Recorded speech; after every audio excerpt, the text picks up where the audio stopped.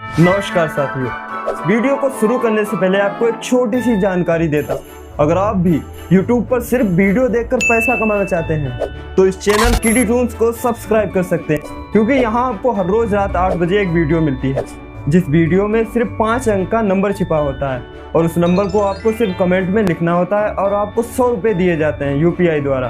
कथावाचक अनिरुद्ध आचार्य के बारे में 5 ऐसी बातें जिन्हें जानकर आप चौंक जाएंगे।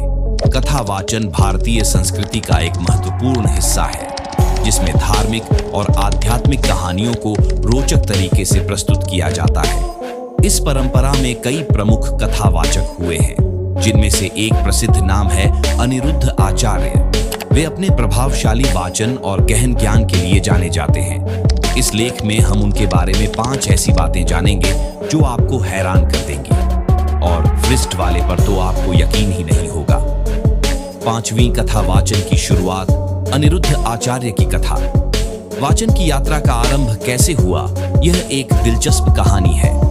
उनका जन्म एक साधारण परिवार में हुआ था जहां धार्मिक शिक्षाएं और संस्कारों का पालन किया जाता था।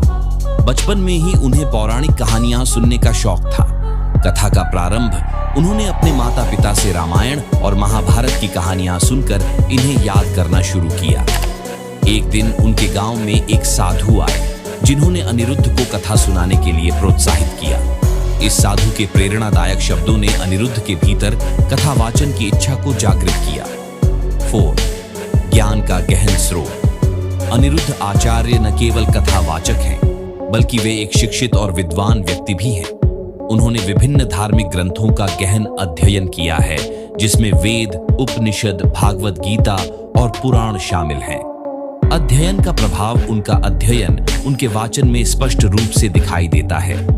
जब वे कथा सुनाते हैं तो वे न केवल कहानी के पात्रों को जीवित करते हैं, बल्कि गहन ज्ञान और शिक्षाएं भी साझा करते हैं। उनकी भाषा और शैली इतनी सरल और प्रभावशाली होती है कि श्रोता उन्हें आसानी से समझ सकते हैं। 3. अनूठा वाचन शैली। अनिरुद्ध आचार्य की वाचन शैली उन्हें अन्य कथावाचकों से अलग बनाती है।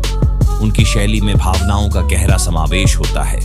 वे कथा सुनाते समय अपने श्रोताओं को कहानी में बांध लेते हैं। विशेषताएं संवेदनशीलता। उनकी आवाज में एक अद्भुत संवेदनशीलता होती है जो श्रोताओं के दिल को छू जाती है। दृश्यात्मकता। अनिरुद्ध की कहानियां सुनते समय श्रोता खुद को कथा के पात्रों के साथ जोड़ते हुए अनुभव करते हैं। व्याख्या। वे कथा के साथ साथ उसके पीछे के अर्थों और संदर्भों को भी स्पष्ट करते हैं, जिससे श्रोता अधिक ज्ञान प्राप्त कर सकें। 2. सामाजिक कार्य और योगदान। अनिरुद्ध आचार्य का जीवन केवल कथा वाचन तक सीमित नहीं है। वे समाज में शिक्षा और धर्म के प्रचार प्रसार के लिए भी सक्रिय रहते हैं। समाज सेवा विद्यालयों में शिक्षा। वे अक्सर विद्यालयों में जाकर बच्चों को पौराणिक कथाओं के माध्यम से शिक्षा देते हैं। धार्मिक कार्यक्रम।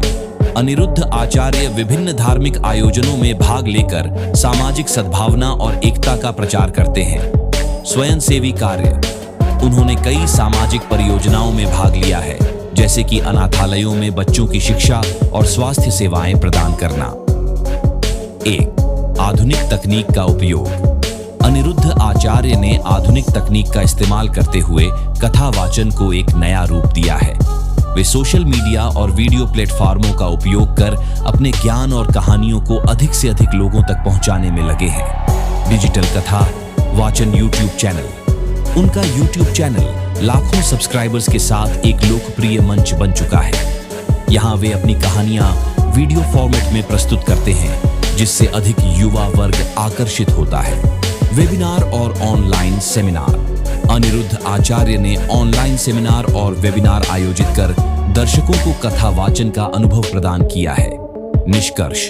अनिरुद्ध आचार्य का जीवन और कार्य हमें यह सिखाता है कि कथा वाचन केवल एक कला नहीं है, बल्कि यह एक माध्यम है जो ज्ञान, संस्कृति और मानवता को जोड़ता है।